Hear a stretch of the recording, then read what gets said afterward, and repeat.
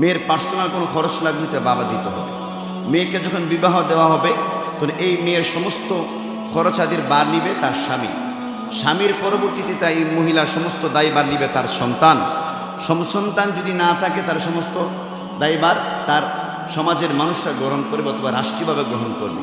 তাহলে একজন মহিলার ব্যক্তিগত খরচের দায়ভার সমস্ত কাঁধ হইল পুরুষের উপরে অথবা রাষ্ট্রের উপরে, কিন্তু পুরুষের দায়ভার কিন্তু কারো উপরে দেওয়ার সুযোগ নেই। একজন ছেলে বালেগ হওয়ার পর থেকে নিয়ে এর পরবর্তীতে খরচটা যোগানের সমস্ত অধিকার হলো ছেলের নিজের। বাপ যদি বলে এখন থেকে তোমাকে আমি খরচ দিব না, তাহলে ছেলে এই ক্ষেত্রে বাবার ক্ষেত্রে কোনো মামলাও করতে পারবে না। ইসলামের অনুমতিটা আমি আপনাদেরকে শোনাচ্ছি। বাপ বলতেছে না আমি এখন দিব না, তুমি মোটামুটি বোঝো, নিজে কামাই করে নিজে চলো, তাহলে সেই ক্ষেত্রে বাবার বিরুদ্ধে কোনো অভিযোগ ছেলে দায়ের করতে পারবে না, এমন অধিকার নাই। তুমি বালেক, তুমি পুরুষ, এখন থেকে তোমার ইনকামটা তোমাকে নিজেই করতে হবে।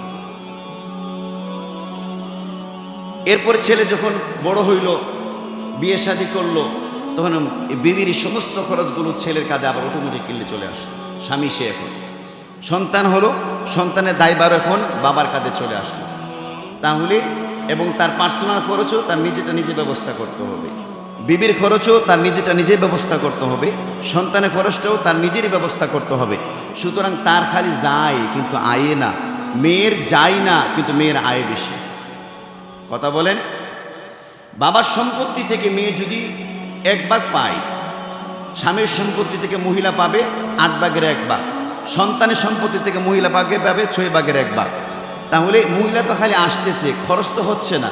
খরচের দায়ভার তো স্বামীর কাঁধে, বাবার কাঁধে, ছেলের কাঁধে, কিন্তু পুরুষের দায়ভার তো বউয়ের কাঁধে না। কথা বলেন না কেন? পুরুষ তার বউর থেকে তার মানে আইনা তো খরচ করে না, পুরুষ তার নিজেরটা নিজে কামাই করতে হয় এবং নিজে খরচ করতে হয়। তো এই জন্য পুরুষের খরচ বেশি। এটা আল্লাহ তাআলা ইনসাফপূর্ণ একটি বিচার করেছেন যে যেহেতু খরচটা বেশি, তাহলে বাবার যতটুকু সম্পত্তি থাকে এই সম্পত্তি থেকে এটাকে 1 ভাগ দিবে ছেলের, 1 ভাগ দিবে মেয়ের, বাকি 2 ভাগ পাবে ছেলে। এটি আল্লাহ তাআলা ইনসাফপূর্ণভাবে একটি বিচার আল্লাহ তাআলা বন্টন করেছেন।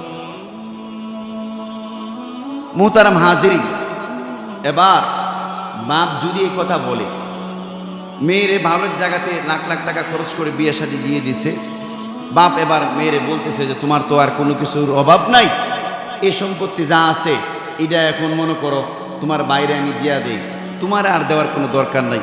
তাহলে এই বাপ কিয়ামতের দিন আল্লাহর আদালতে সে মানুষের হক নষ্টকারী হিসাবে আল্লাহ আদালতে দাঁড়াতেই হবে।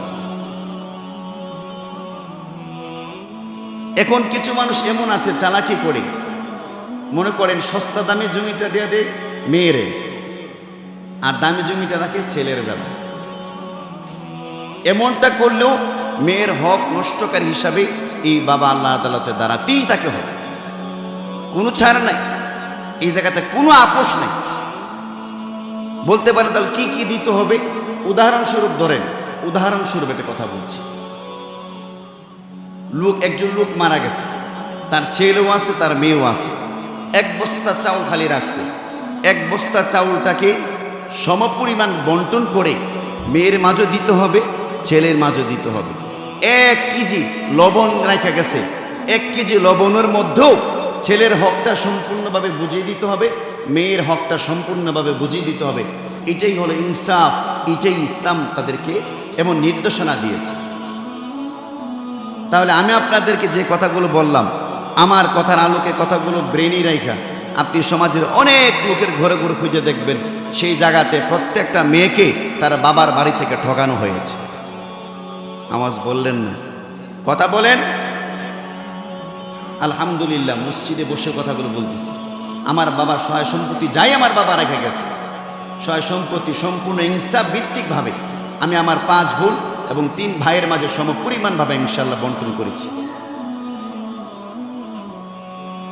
যতটুকু পাওনা সমপরিমাণ ইনসাফপূর্ণভাবে ইসলামী শরিয়া ভিত্তিক আমি এটা বন্টন করেছি। কষ্ট হয়েছে কিন্তু বন্টন করেছি। আমি যেহেতু বাবার বড় ছেলে, যেহেতু তারা আমাকে গার্ডিয়ান হিসেবে মানে এটা বন্টন করে দেওয়া, যার যার হকগুলো তার হাতে হস্তান্তর করে দেওয়া, এটা আমার উপর কর্তব্য ছিল।